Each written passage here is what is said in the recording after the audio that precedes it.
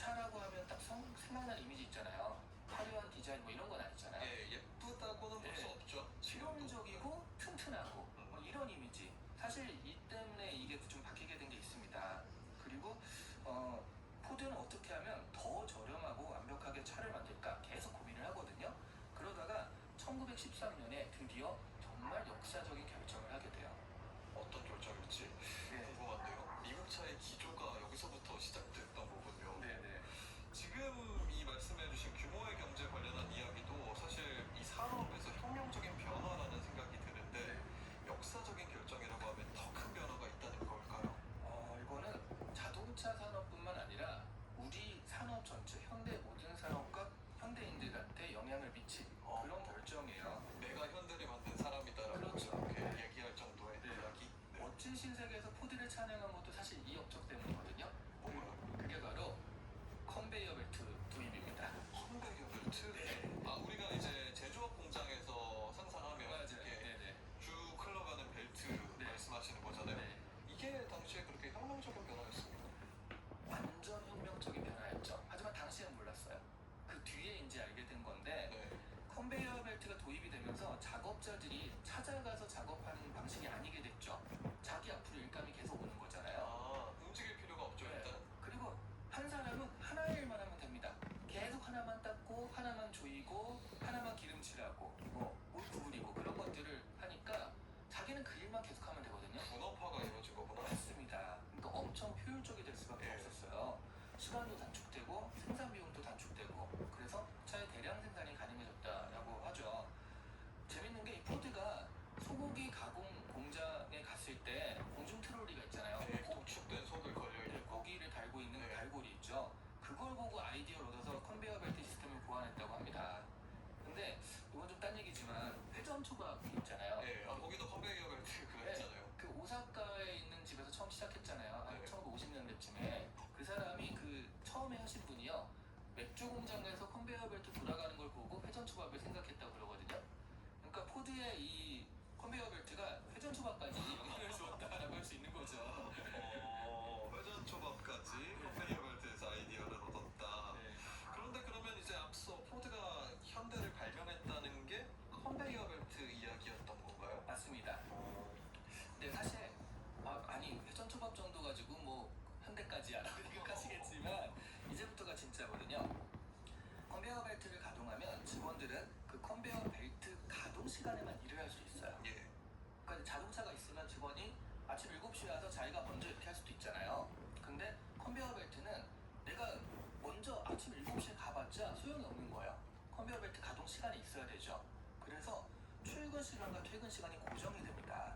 그 전까지는 공장마다 다르고 뭐 몇 시간 근무하는지도 다 달랐거든요. 예. 그러니까 내가 일찍 온다고 일할 수 있는 것도 아니고 늦게 남았다고 일할 수 있는 것도 아니고 그래서 딱 됐고 그러면 정확하게 이때 출근해 9시 출근 6시 퇴근 이때 처음 이게 정해져요. 그럼 이제 우리 직장인들이 흔히 생각하는 표준 그렇죠. 6가 이때 만들어진 거예요? 맞습니다. 직장인의 헌법 바로 이 9 to 6 이게 바로 포드가 만든 거예요.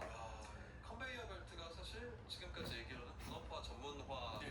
정도라고 생각했는데 네. 이게 그걸 넘어서 그렇죠. 9 to 6까지 9 to 6까지 만들었는데 그러면서 하루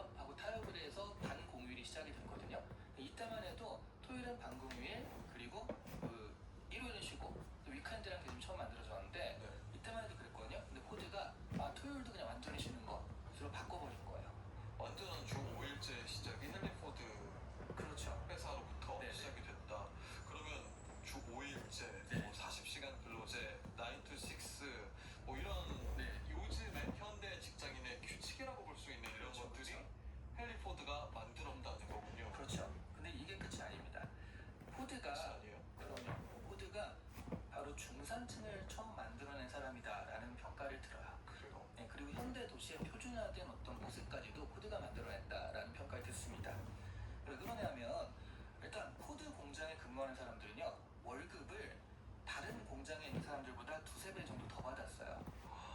그래서 당시에는 모두 다 포드 공장에 너무 들어가고 싶어 꿈의 했던 거죠. 직장이었겠네요. 네. 이렇게 주 5일제도 지켜주고 40시간 근로제에다가. 그렇죠. 지금으로 치면 어느 반도체 회사들이 이렇게 요즘에, 성과급 많이 네, 준다고 네. 하니까 너무 다 꿈의 직장처럼 된 거잖아요. 그런 꿈의 직장이었어요. 어, 근데 여기 들어가잖아요. 그러면 두세 배 정도 더 받죠.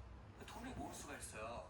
그리고 그 모은 돈으로 산 게 바로 자기들이 만든 자동차를 삽니다. 헬리포드 자동차 네. 소비로 이어지는 거. 그렇죠. 그게 크게 비싸지 않았으니까 자기들이 월급으로 충분히 살 수 있었거든요. 자동차가 있으니까 그러면 굳이 이렇게 놀러 가고 싶잖아요. 네, 놀러 가기도 하고 또 하나는 사실 공장이 그때만 해도 뭐 지금처럼 환경적으로 잘 된 게 아니었잖아요. 네. 막 계속 연기 뿜어내고 이런데 아, 공장 옆에 살고 싶지 않은 그렇죠, 거죠. 그렇죠. 근데 자동차가 없으면 내가 걸어서 출근하거나 자전거를 타야 되기 때문에 근처에 살 수밖에 없어요. 자동차가 있으면 굳이 옆에 살지 않아도 되니까 그때 처음으로 교회라는 개념이 만들어집니다. 주택단지. 베드타운이 있고 자동차로 출퇴근을 하는 거예요. 자, 그러면 자동차 있죠, 월급 꽤 받죠, 자기 집 가지고 교회 지역에 살죠. 말씀하신 대로 토요일, 일요일 되면 자동차 있으니까 가족들과 놀러 다니죠. 이런 사람들이 바로 중산층. 중산층이라는 계층이 처음 탄생하게 되는 거예요. 그러면 이제 그런 중산층 계급에 이어서 지금의 도시 환경이라고 할까요? 네네. 이런 것들도 포드의 영향을 받지 않았을까 싶은데요. 네, 일단 중산층이 자동차를 끌게 되니까 이게 굉장히 많아지잖아요. 예. 그러면 자동차가 많아지니까 도로가 확장이 돼야 되겠죠. 그 도로 정비가 이루어집니다. 그리고 이들이 교회 지역에서 그러니까 타운하우스 같은 데 모여 사니까 거기까지 자연스럽게 이어지잖아요. 그러니까 이 흔히 요즘 얘기하는 중산층 거주지 베드타운과 도시 빈민가 뭐 이런 것들의 어떤 지역 분리 이런 것도 이루어지게 되고요. 네. 이런 기본 구조, 그러니까 도로 확장되고 이렇게 집주 분리되고 사람들이 좀 계층적으로 살고 이런 기본 구조의 지금의 도시 모습들이 갖춰지기 시작을 하는 거예요. 그렇군요. 그런데 이 포드 공장은 뭐 다른 공장들에 비해서 두세 배 돈을 많이 벌어서 9to6나 토요일 휴무제를 했을 것 같은데 이게 결국 이런 산업이라든지 도시의 모습이라든지 이런 것들을 바꾸려면 주변 다른 회사들도 이렇게 돼야 되지 않겠습니까? 그렇죠. 이런 분위기에 좀 동참을 했을까요? 다른 것들도? 국가에서 하나 발견한 게 있습니다. 포드가 했던 대로 하니까 사람들이 주말에 그 토요일 일요일 돈을 쓸 시간 있잖아요. 그리고 월급도 받으니까 돈을 쓰는 거예요. 소비가 진작되는구나. 맞습니다. 이게 소비를 한다.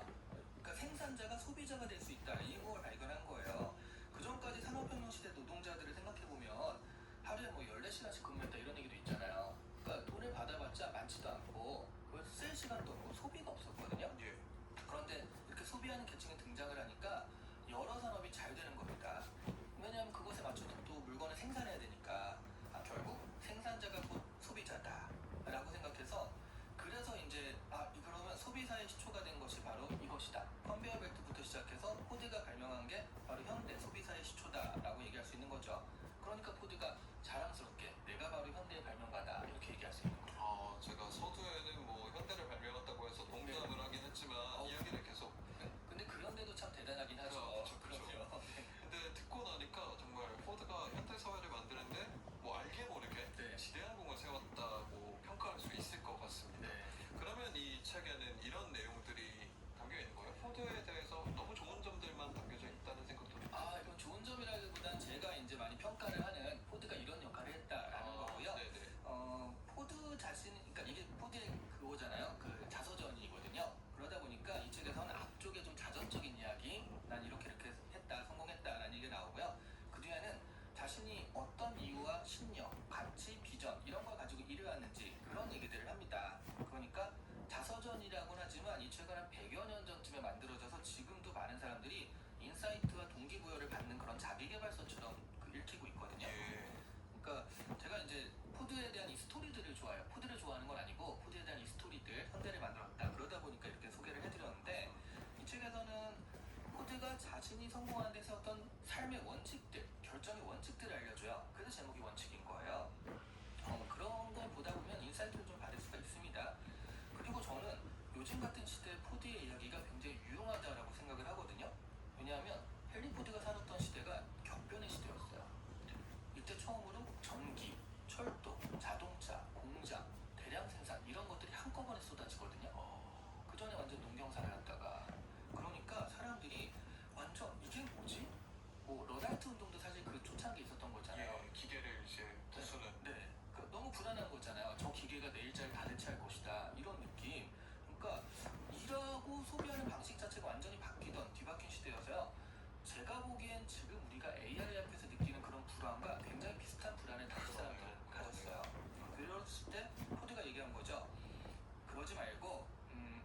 책의 핵심, 세상이 완전히 바뀌는 시대에 사람은 어떤 기준을 붙잡고 살아야 하는가를 내가 알려주겠다 라고 하면서 어떤 원칙들을 알려주거든요. 그 원칙들을 코어로 가지고서 빠른 세상의 시대으로 대응하라 라고 하는 건데, 지금 포드의 이 원칙에 대한 그런 얘기들, 그런 조언이요, 지금 세상에도 그래서 너무 잘 맞는다라는 생각이 들더라고요. 그 과거에 포드가 세운 원칙들을 지금 현대에 가져와도 네. 충분히 먹힐 수 있는 것들이 그렇죠. 많이 있겠네요. 격변의 시대에 불안한 사람들한테 드리는 그런 조언 같은 거니까요.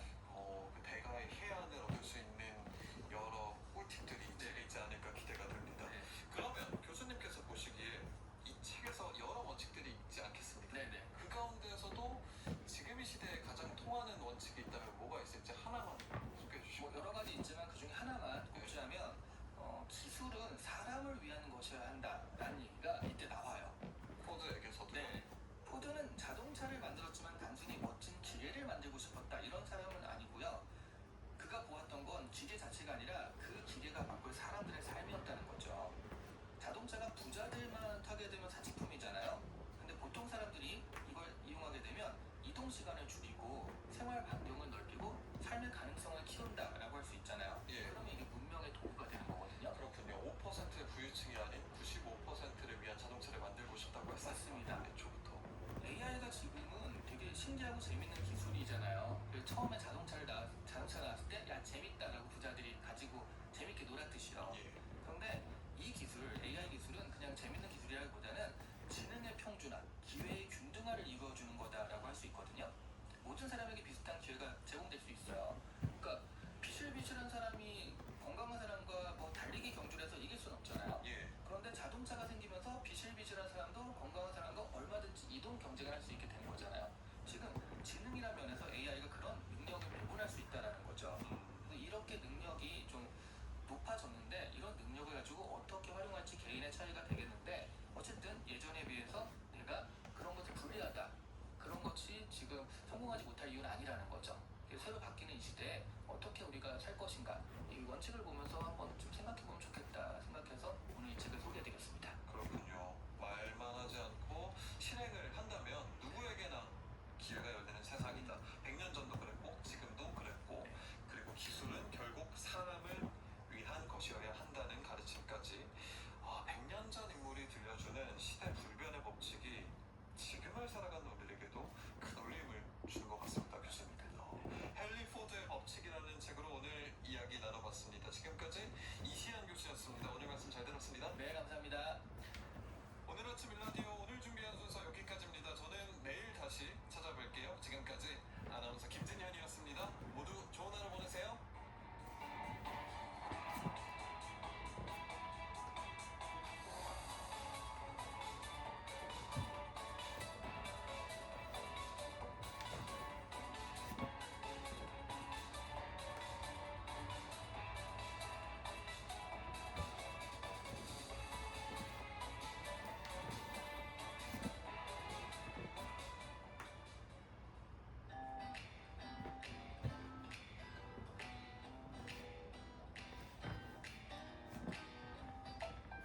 안녕하세요. 바른말, 고운말입니다. 과일 같은 열매가 맺는 나무를 키울 때는 곁가지를 쳐줘야 열매가 많이 열리게 됩니다. 여기서 곁가지란 원가지에서 돋아난 작은 가지를 말하고, 이것이 기본 의미입니다. 그런데 이 표현에는 어떤 문제나 사물에서 덜 중요하거나 본질적이지 않은 부분이라는 또 다른 뜻이 있습니다. 예를 들어 이야기가 곁가지로 흘렀다, 곁가지에 너무 신경을 쓰다가는 문제의 핵심을 놓치기 쉽다 같이 말할 수 있죠.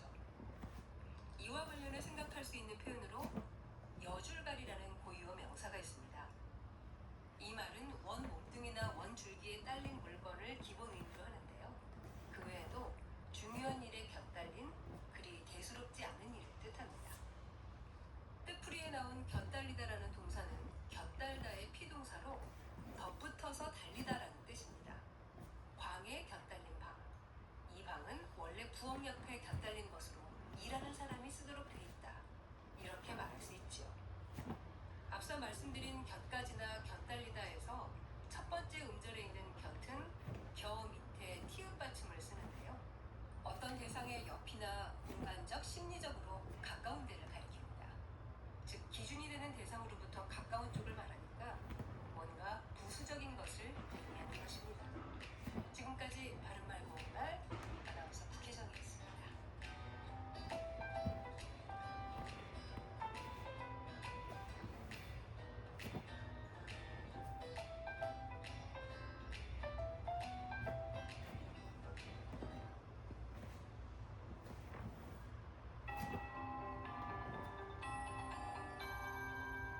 KBS 58분 날씨. 어제 서울의 낮 기온이 33.2도까지 오르며 올해 들어서 가장 높은 기온을 기록했는데요. 오늘도 전국 대부분 지역의 낮 기온이 30도 이상으로 올라 덥겠습니다. 최고 체감 온도도 31도 이상으로 오르는 곳들이 있겠는데요. 한낮 기온 서울과 대전, 춘천과 대구, 전주 31도로 어제와 비슷하거나 1도에서 4도 정도 낮겠습니다. 내일도 서울의 낮 기온이 31도, 모레 낮에는 33도까지 오르며 평년보다 더운 날씨가 이어지겠습니다. 오늘 중부지방 가끔 구름 많겠고요. 남부지방은 대체로 흐리겠습니다. 밤까지 제주도에는 5에서 30mm의 비가 내리겠고요. 그 밖에 호남과 영남 지역에도 낮까지 5에서 20mm의 비가 내리는 곳이 있겠습니다. 소나기 소식이 잦은데요. 오늘 낮부터 내일 새벽 사이 중부지방과 영남 지역에 5에서 최대 60mm 정도의 소나기가 지나는 곳이 있겠습니다. 오늘 낮에는 소나기가 내리지 않을 때 자외선이 강해서 양호산 정도 챙겨주시면 좋겠습니다. 내일은 내륙 지역 곳곳에 5에서 30mm의 소나기가 예보되어 있습니다. 현재 서울의 기온은 23.2도, 습도는 66%입니다. KBS 58분 날씨 조한일입니다.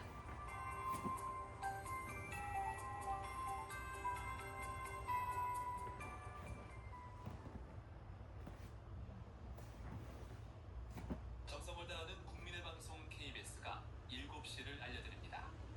AM 711kHz, FM 97.3MHz, KBS 1라디오입니다.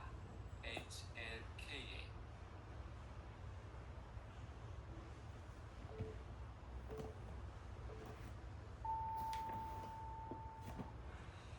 KBS 1라디오 7시 뉴스입니다. 미국이 이란과의 종전 합의 서명 직후 이란산 석유 판매에 대한 제재를 즉시 면제하기로 했다고 월스트리트 저널이 현지 시각 16일 보도했습니다. 보도에 따르면 미국은 19일로 예정된 종전 양해각서의 정식 서명이 이루어진 뒤 이란이 석유와 정제품을 판매할 수 있도록 기존 제재를 면제할 예정입니다. 제재 면제 대상에는 이란산 석유 판매에 수반되는 금융거래와 운송 등 관련 서비스도 모두 포함된다고 소식통은 전했습니다. 미국과 이란의 종전 양해각서 합의안에 3천억 달러, 약 454조 원 규모로 이란 재건용 민간 기금을 조성하는 방안이 포함됐으며 이미 절반이 넘는 자금에 대해 출자가 약정된 상태라고 로이터 통신이 보도했습니다. 소식통에 따르면 이 기금은 민간 투자 수단으로 미국, 아시아, 중동 등의 기업들이 이미 1,500억 달러가 넘는 자금 조달에 동의했고 한국, 일본, 싱가포르, 말레이시아 등의 기업들이 거론됐습니다.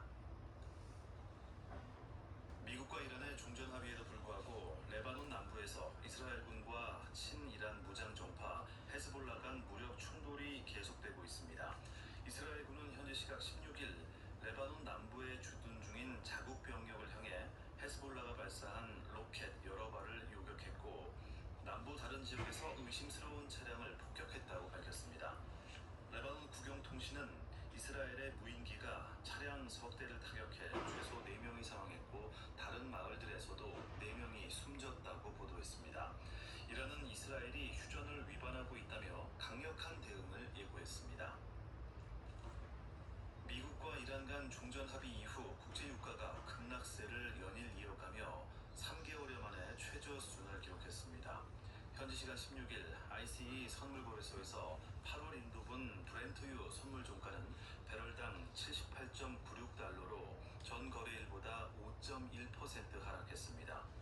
뉴욕 상업거래소에서 7월 인도분 미국 서부 텍사스산 원유 가격도 배럴당 76.05달러로 5.8% 급락했습니다. 현지 시간 16일 G7 정상회의 초청국 환영 행사에서 이재명 대통령은 트럼프 미국 대통령을 만나 중동 전쟁을 해결한 것처럼 북한 문제 평화적 해결을 주도해달라고 요청했습니다. 강유정 청와대 수석 대변인은 서면 브리핑에서 이 대통령의 이 같은 요청에 트럼프 대통령은 북한 문제 해결을 위해 노력하겠다는 의사를 밝히며 화답했다고 전했습니다. 이 대통령도 메르츠 독일 총리와 마크 칸이 캐나다 총리와 각각 만나 정상회담을 가졌습니다. 어젯밤 11시 20분쯤 부산 수영구의 한 12층짜리 아파트에서 불이 나 60대 여성 한 명이 심정지 상태로 병원으로 옮겨졌고 주민 40여 명이 대피했습니다. 불은 출동한 소방대에 의해 30여 분 만에 진화됐습니다. 경찰과 소방당국은 아파트 9층에서 불이 시작된 것으로 보고 정확한 화재 원인을 조사할 예정입니다. 경찰이 지방선거 개표 상황을 취재하던 기자를 폭행한 피의자로 잠실 개표소 집회 참가자 한 명을 특정하고 본격 수사에 나섰습니다. 서울송파경찰서는 지난 9일 올림픽공원에서 발생한 JTBC 취재기자 폭행 등의 피의자 중 한 명을 특정해 출석을 요구했다고 밝혔습니다. 경찰은 이와는 별도로 올림픽공원 인근에서 집회에 참가한 여성 2명을 돌로 폭행한 혐의로 40대 남성을 검거했다고 전했습니다. 초등학교에 침입해 여교사의 텀블러에 체액을 넣고 의자에 소변을 본 혐의로 남자 고등학생이 경찰에 붙잡혔습니다. 이 학생은 지난 4월 제주도 서귀포시의 한 초등학교 교실에 침입해 여교사의 텀블러에 체액을 넣었고 지난 6일에도 교사의 의자에